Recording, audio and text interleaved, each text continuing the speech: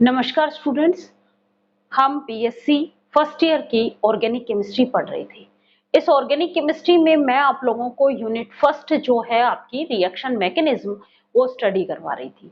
उसमें हम जो स्टडी कर रहे थे वो था एनर्जी कंसीडरेशंस। एनर्जी कंसीडरेशंस में मैंने आप लोगों को एक टॉपिक कंप्लीट करवा दिया है, thermodynamic requirement for a reactions. उसमें हमने देखा था कि डेल जी की वैल्यू जो है वो नेगेटिव होगी तो रिएक्शन स्पॉन्टेनियस होगी, डेल जी की वैल्यू पॉजिटिव होगी तो रिएक्शन नॉन स्पॉन्टेनियस होगी, और डेल जी की वैल्यू यदि जीरो हुई तो इक्विलिब्रियम कंडीशंस होंगी। इन्हीं कंडीशंस के आधार पे हमने डेल जी और के बीच में एक रिलेशन स्टडी किया था, और हमने कहा था कि डेल जी जब डेल जी नेगेटिव की वैल्यू जितनी ज्यादा होगी के की वैल्यू मीन्स रिएक्शन कांस्टेंट की वैल्यू उतनी ही ज्यादा होगी, और रिएक्शन कांस्टेंट की वैल्यू जितनी ज्यादा होगी रिएक्शन उतनी ही फास्ट होगी। तो माइनस डेल जी की वैल्यूज पे के की वैल्यू ग्रेटर होगी, और के की वैल्यू ग्रेटर होगी तो रिएक्शन कैसी होगी, फास्ट होगी। डेल जी की वैल्यू जीरो होगी उस केस में के की वैल्यू 1 होगी, मीन्स जितना आपका प्रोडक्ट रिएक्टेंट था उससे हाफ प्रोडक्ट की फॉर्म में कन्वर्ट हो गया, एक इक्विलिब्रियम स्टेट कन्वर्ट हो गई। क्लियर। और डेल जी की वैल्यू जब पॉजिटिव हुई उस केस में के की वैल्यू लो हो गई, और के की वैल्यू लो होगी उस केस में रिएक्शन जो है वो स्लो स्पीड से होगी।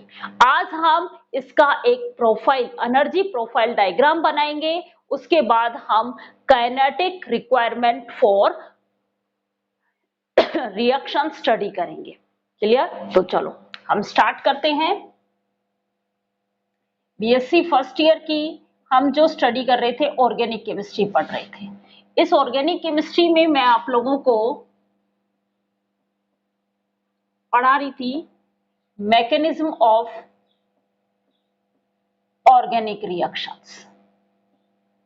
ठीक है, इसमें हम जो टॉपिक स्टार्ट कर रखा, ये जो आपकी यूनिट फर्स्ट है,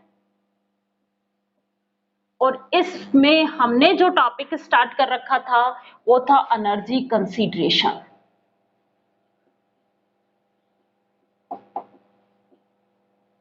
इसमें हमने ये एनर्जी कंसीडरेशंस हम दो टाइप से पढ़ेंगे, थर्मोडायनेमिक रिक्वायरमेंट पढ़ेंगे और काइनेटिक रिक्वायरमेंट पढ़ेंगे। थर्मोडायनेमिक रिक्वायरमेंट मैंने प्रीवियस वीडियो लेक्चर्स में आप लोगों को कंप्लीट करा दिया था, और उसमें हमने कहा था कि थर्मोडायनेमिक रिक्वायरमेंट में हम फ्री एनर्जी पढ़ेंगे। क्या पढ़ेंगे? फ्री एनर्जी पढ़ेंगे। और हमने एक रिलेशन भी बताया था कि डेल जी की वैल्यू नेगेटिव होगी तो रिएक्शन स्पॉन्टेनियस होगी, डेल जी की वैल्यू जीरो होगी तो रिएक्शन इक्विलिब्रियम पे होगी, और डेल जी की वैल्यू पॉजिटिव होगी तो रिएक्शन नॉन स्पॉन्टेनियस होगी। डेल जी और के में भी हमने एक रिलेशन निकाला था, और उस रिलेशन के आधार पे हमने कहा था कि जब डेल जी नेगेटिव होगा उस केस में के की वैल्यू लार्ज होगी, और के लार्ज होगा तो रिएक्शन फास्ट होगी। जब डेल जी की वैल्यू जीरो होगी उस केस में के जो है वो 1 होगा, मीन्स हमारे पास क्या क्रिएट हो जाएगा, इक्विलिब्रियम कंडीशन आ जाएगी।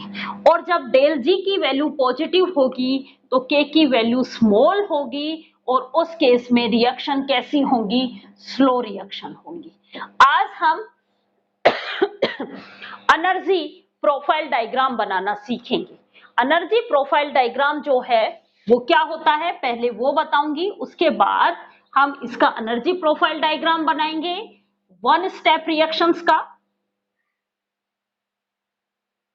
हम बात कर रहे हैं energy profile diagram.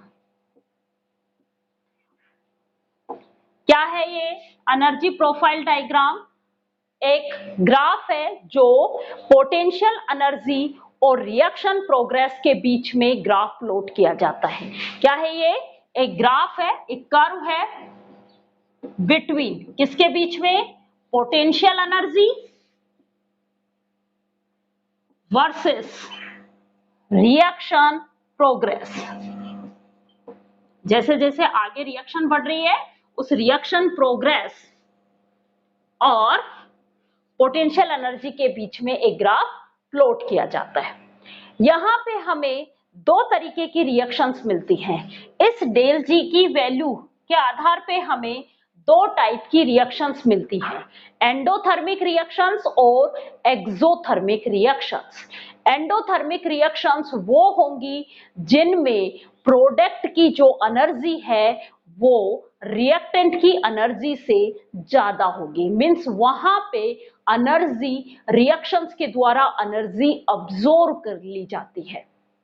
Endothermic reactions वो रिएक्शंस है जिन रिएक्शंस में एनर्जी अब्सॉर्ब की जाती है, और एक्सोथर्मिक रिएक्शंस वो रिएक्शंस होती हैं जिनमें प्रोडक्ट की जो पोटेंशियल एनर्जी है या फ्री एनर्जी है वो रिएक्टेंट की फ्री एनर्जी से कम होती है।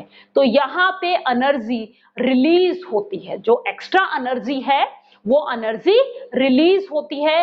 ये रिएक्शंस एक्सोथर्मिक रिएक्शंस कहलाती हैं।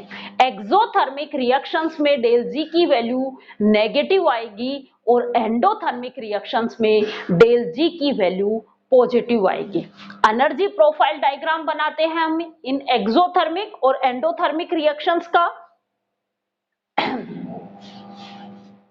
किस किस के बीच में ग्राफ प्लॉट करूंगी मैं ग्राफ प्लॉट करूंगी पोटेंशियल एनर्जी और रिएक्शन प्रोग्रेस।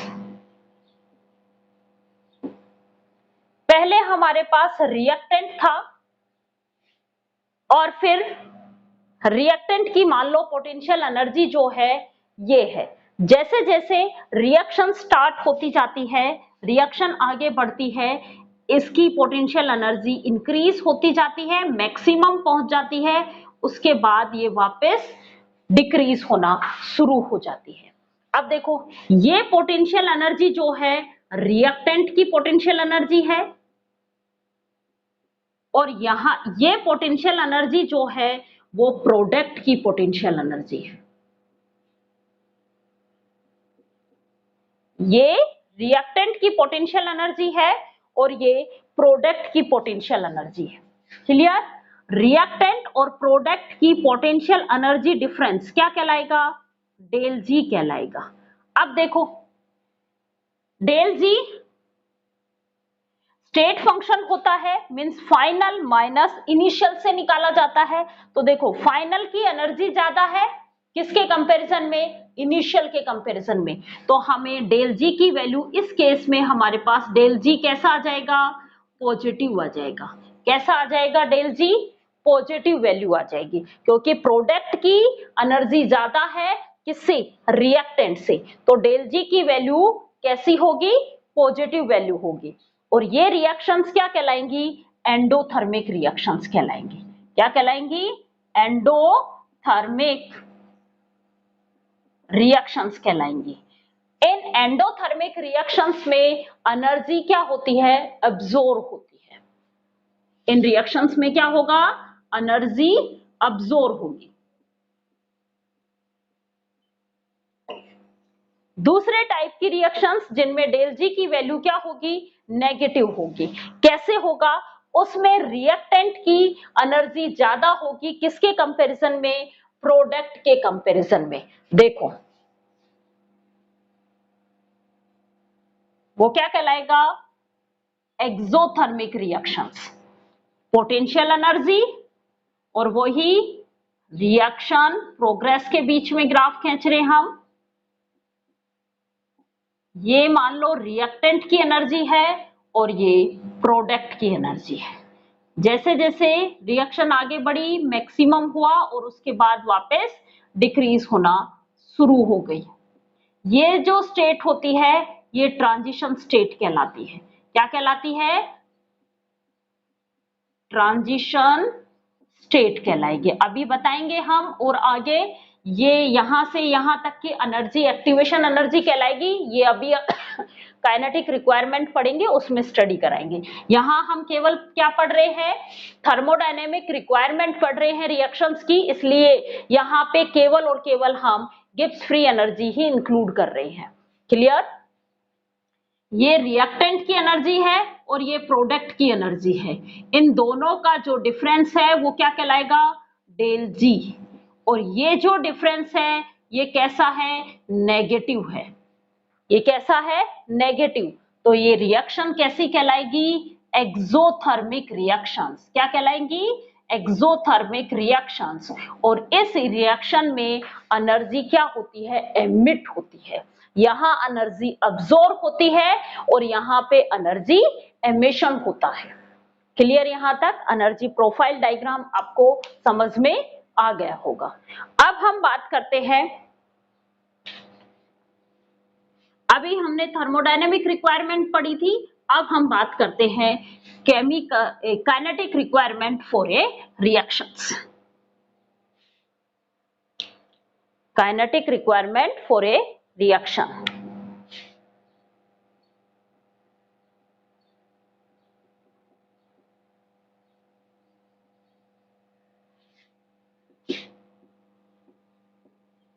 देखो, कोई रिएक्शन होगी या नहीं, मीन्स डेल जी गिव्स फ्री एनर्जी की वैल्यू नेगेटिव हो, ये एक नेसेसरी कंडीशंस है।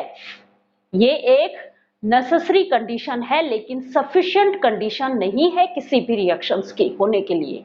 उसके लिए एक्टिवेशन एनर्जी भी अपना एक इंपॉर्टेंट रोल प्ले करती है रिएक्शंस में।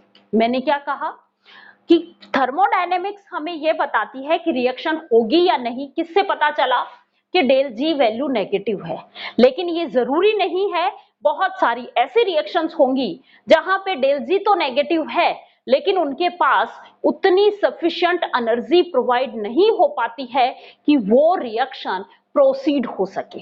मीन्स दूसरी कंडीशन क्या है कि इनके पास क्या होनी चाहिए, एक्टिवेशन एनर्जी भी एक इंपॉर्टेंट रोल प्ले करती है। क्या है, एक्टिवेशन एनर्जी।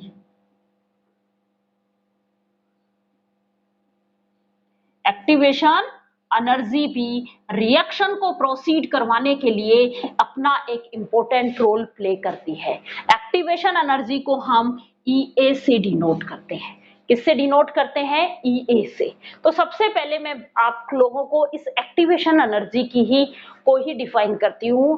ये एक्टिवेशन एनर्जी क्या है, एक्टिवेशन एनर्जी वो मिनिमम एनर्जी है जो किसी रिएक्शंस को प्रोसीड करने के लिए रिक्वायर होती है। वो मिनिमम एनर्जी जो किसी भी रिएक्शन को प्रोसीड करने के लिए रिक्वायर होती है, वो एनर्जी क्या कहलाती है, एक्टिवेशन एनर्जी कहलाती है। तो डेफिनेशन क्या हो गई एक्टिवेशन एनर्जी की, द मिनिमम एनर्जी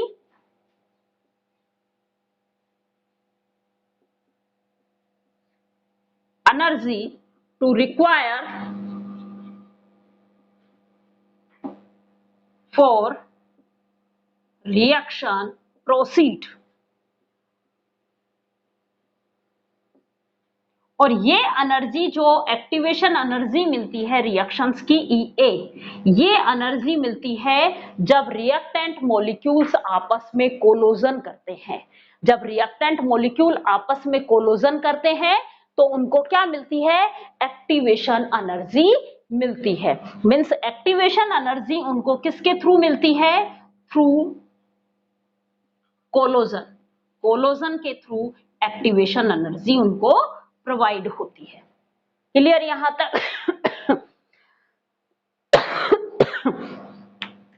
अब देखो, ये भी जरूरी नहीं है कि रिएक्शंस के पास, मान लो रिएक्टेंट मॉलिक्यूल्स के पास कोलोजन्स के थ्रू एक्टिवेशन एनर्जी भी आ गई, फिर भी रिएक्शन प्रोसीड नहीं होगी। उसके लिए इनको एक प्रॉपर ओरिएंटेशन होना जरूरी है। क्या है, एक प्रॉपर ज्योमेट्रिकल ओरिएंटेशन होना चाहिए एटम्स का। तभी आपके जब ये रिएक्टेंट मॉलिक्यूल्स आपस में कोलोजन करते हैं तो कोलोजन के दौरान जब ये इनमें कोलोजन होगा तो एक तो इनके पास उस कोलोजन से इतनी एनर्जी ट्रांसफर होनी चाहिए कि इनके पास एक्टिवेशन एनर्जी, इतनी एनर्जी आ जाए। और दूसरी बात, इन जो रिएक्टेंट मॉलिक्यूल्स जब कोलोजन करते हैं तो इनका एक प्रॉपर ज्योमेट्रिकल ओरिएंटेशन होना चाहिए। क्या कहा? सेकंड कंडीशन क्या है? पहला एक्टिवेशन एनर्जी और सेकंड कंडीशंस क्या होना चाहिए? प्रॉपर ओरिएंटेशन होना चाहिए। प्रॉपर ओरिएंटेशन ड्यूरिंग का कोलोजन्स के दौरान, तभी आपका रिएक्टेंट प्रोडक्ट की फॉर्म में कन्वर्ट होता है। अब देखो क्या हो रहा है इसमें, किस तरीके से रिएक्शंस होती हैं, ये देखो।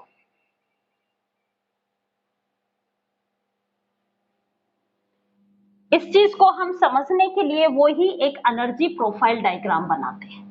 क्या हो रहा है? एक्टिवेशन एनर्जी किसे कह रहे हैं? एक एनर्जी प्रोफाइल डायग्राम ड्रॉ कर रहे हैं। मेरे पास रिएक्टेंट मॉलिक्यूल है,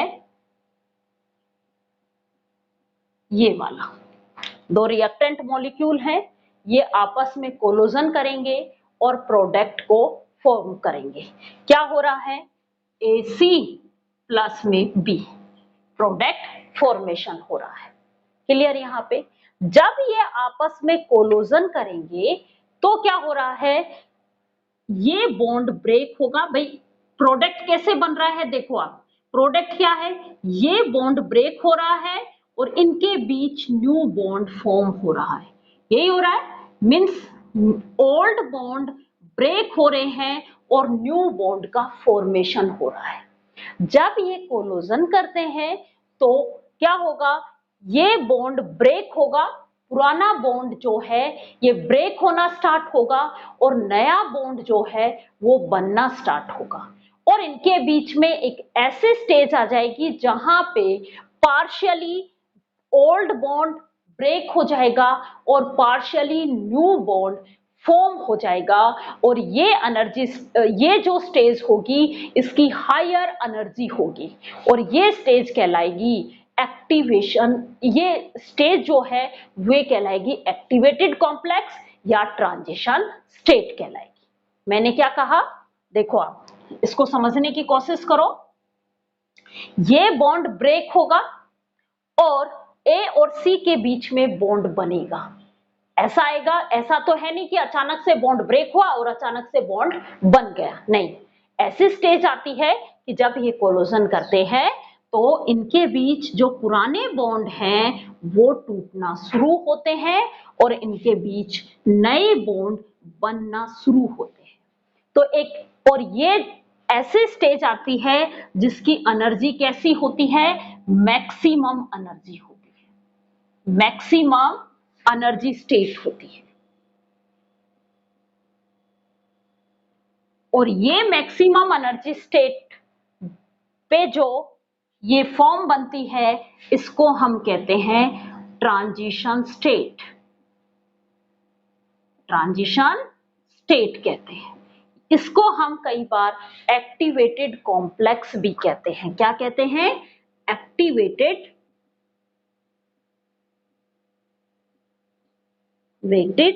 कॉम्प्लेक्स भी कहा जाता है। अब मैं इसको थोड़ा सा आपको, तो एक्टिवेटेड कॉम्प्लेक्स या ट्रांजिशन स्टेट क्या है? वो स्टेट जहां पे पार्शियली बॉन्ड फॉर्म होते हैं और पार्शियली बॉन्ड ब्रेक होते हैं। ये स्टेट हायर एनर्जी स्टेट होती है। ये सबसे ज्यादा अनस्टेबल फॉर्म होती है। क्या होती है? सबसे ज्यादा अनस्टेबल फॉर्म होती है। ट्रांजिशन स्टेट को हम कभी भी आइसोलेट नहीं कर सकते। मैंने क्या कहा? इसको नोट आइसोलेट, हम इसको कभी भी आइसोलेट नहीं कर सकते क्योंकि क्या है? ये मैक्सिमम एनर्जी स्टेट है और हमें पता है कि किसी भी स्टेट की या किसी भी सिस्टम की जैसे एनर्जी बढ़ेगी अनस्टेबिलिटी बढ़ेगी। तो ये सबसे कम स्टेबल है या सबसे ज्यादा अनस्टेबल है।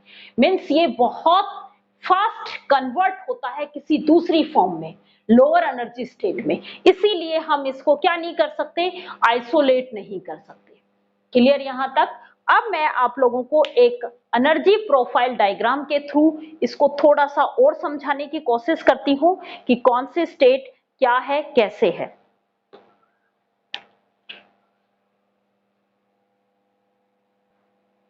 एक एनर्जी प्रोफाइल डायग्राम से इसको और थोड़ा सा हम समझने की कोशिश करते हैं क्या होता है। देखो, मैं आपको एक एनर्जी प्रोफाइल डायग्राम बना रही हूं।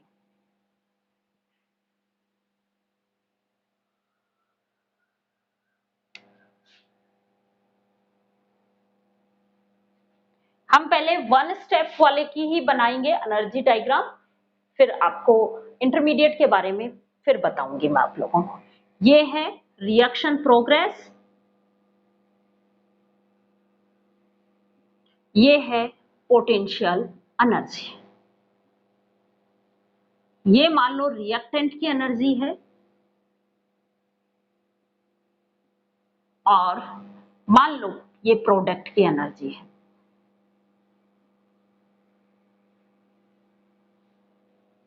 क्या हो रहा है, रिएक्टेंट क्या है, ए बी प्लस में सी। अब जैसे जैसे रिएक्शन आगे बढ़ेगी इनकी एनर्जी बढ़ती जाएगी, मैक्सिमम स्टेट आएगी और उसके बाद वापस डिक्रीज होना शुरू हो जाएगी। तो देखो हम कौन सी एनर्जी की बात कर रहे हैं, एक्टिवेशन एनर्जी। इस रिएक्टेंट से ये जो हायर एनर्जी बैरियर है ये क्या कहलाता है, एक्टिवेशन एनर्जी कहलाती है, EA। एक्टिवेशन एनर्जी क्या है, रिएक्टेंट और ट्रांजिशन स्टेट के बीच की जो एनर्जी है वो क्या कहलाती है, एक्टिवेशन एनर्जी कहलाती है।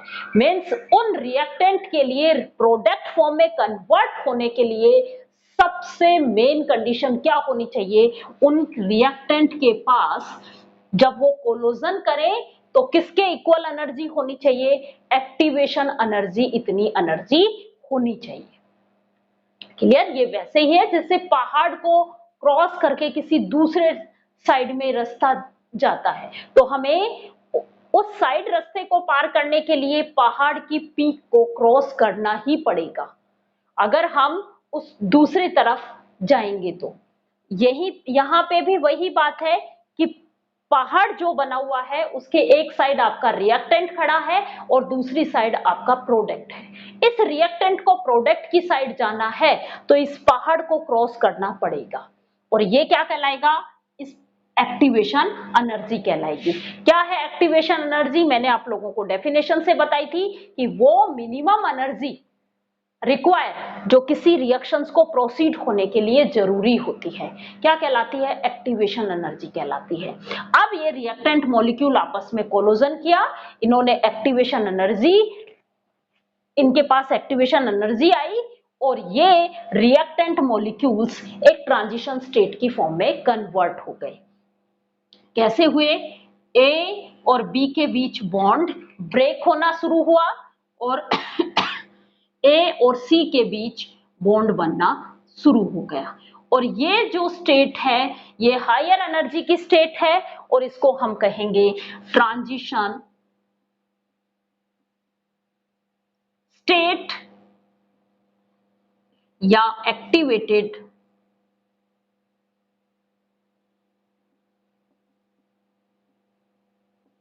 कॉम्प्लेक्स।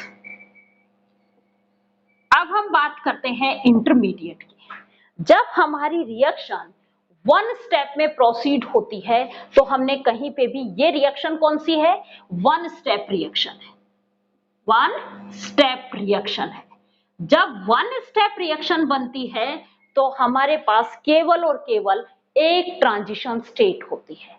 जितनी स्टेप रिएक्शंस होंगी, रिएक्शंस जो है वो जितनी स्टेप्स के थ्रू होगी उतनी ही ट्रांजिशन स्टेट्स बनेंगी। पहली बात, क्या बात ध्यान रखनी है कि जितनी स्टेप्स होंगी, यहाँ पे वन स्टेप रिएक्शन थी इसलिए एक ट्रांजिशन स्टेट बनी। यदि कोई टू स्टेप रिएक्शन होती, मैं कह रही हूं टू स्टेप रिएक्शन होती तो हमारे पास कितनी बनती, दो ट्रांजिशन स्टेट होती, दो ट्रांजिशन स्टेट होती। यदि कोई थ्री स्टेप रिएक्शन होती तो तीन ट्रांजिशन स्टेट बनती। क्लियर, उसके बाद कोई दो ट्रांजिशन, जब हमारी रिएक्शन दो या दो से ज्यादा स्टेप्स में प्रोसीड होती है तो दो या दो से ज्यादा ट्रांजिशन स्टेट्स होती हैं तो दो ट्रांजिशन स्टेट के बीच एक डीप एनर्जी प्रोफाइल में एक डीप डिक्रीमेंट आता है और ये जो डीप डिक्रीमेंट है ये इंटरमीडिएट होता है। तो इंटरमीडिएट क्या हुआ, दो ट्रांजिशन स्टेट्स के बीच जो बनने वाली स्टेट है वो क्या कहलाती है, इंटरमीडिएट कहलाती है। इंटरमीडिएट की जो एनर्जी है वो ट्रांजिशन स्टेट की एनर्जी से, दोनों ट्रांजिशन स्टेट की एनर्जी से क्या होती है, कम होती है। तो अब हम बात कर रहे हैं, देखो ट्रांजिशन स्टेट हमें बहुत अच्छे से समझ में आ गई, जितनी स्टेप्स में रिएक्शंस होगी उतनी ही स्टेप की ट्रांजिशन स्टेट्स बनेंगी। अब हम बात करते हैं इंटरमीडिएट की।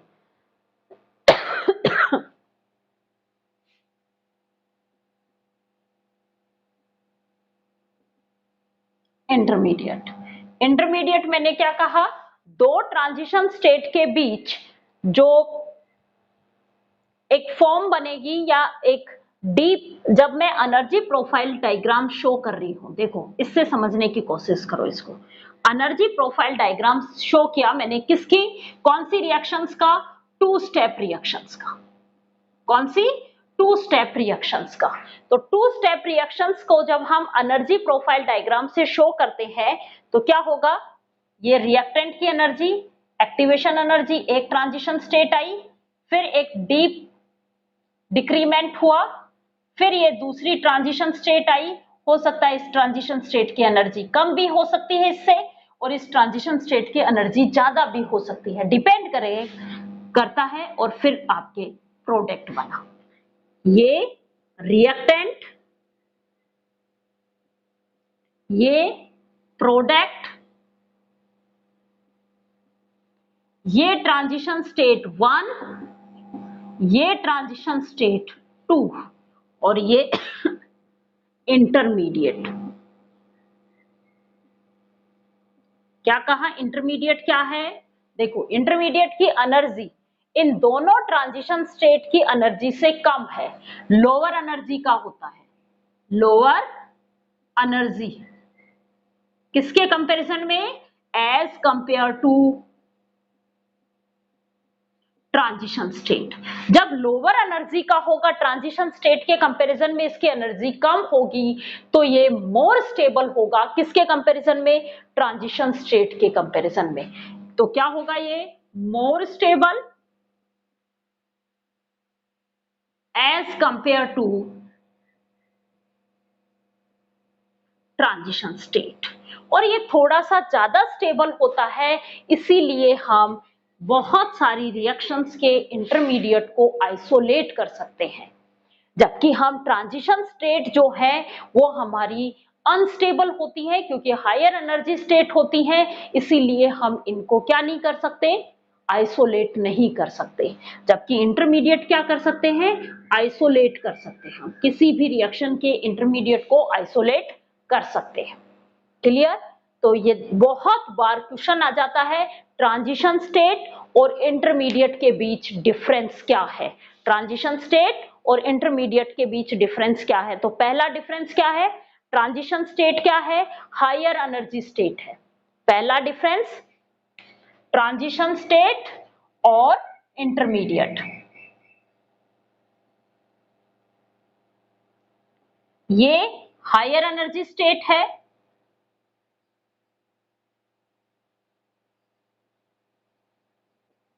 और इंटरमीडिएट क्या है, intermediate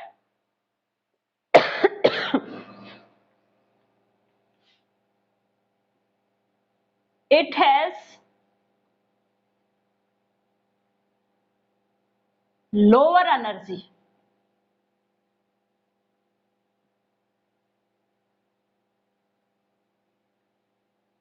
between two higher energy state। दो हायर एनर्जी स्टेट के बीच जो लोअर एनर्जी है वो रखता है, कौन, इंटरमीडिएट। क्लियर। सेकेंड बात, ट्रांजिशन स्टेट अनस्टेबल होता है, इंटरमीडिएट ट्रांजिशन स्टेट के कंपैरिजन में स्टेबल होता है। ट्रांजिशन स्टेट हर एक रिएक्शन में पॉसिबल है, जबकि इंटरमीडिएट उन्हीं रिएक्शंस में पॉसिबल है जो एक से ज्यादा स्टेप्स में प्रोसीड हो रही है। ट्रांजिशन स्टेट को हम, फोर्थ पॉइंट, ट्रांजिशन स्टेट को हम आइसोलेट नहीं कर सकते, जबकि इंटरमीडिएट को हम आइसोलेट कर सकते हैं। ये थे इंटरमीडिएट और ट्रांजिशन स्टेट में डिफरेंस।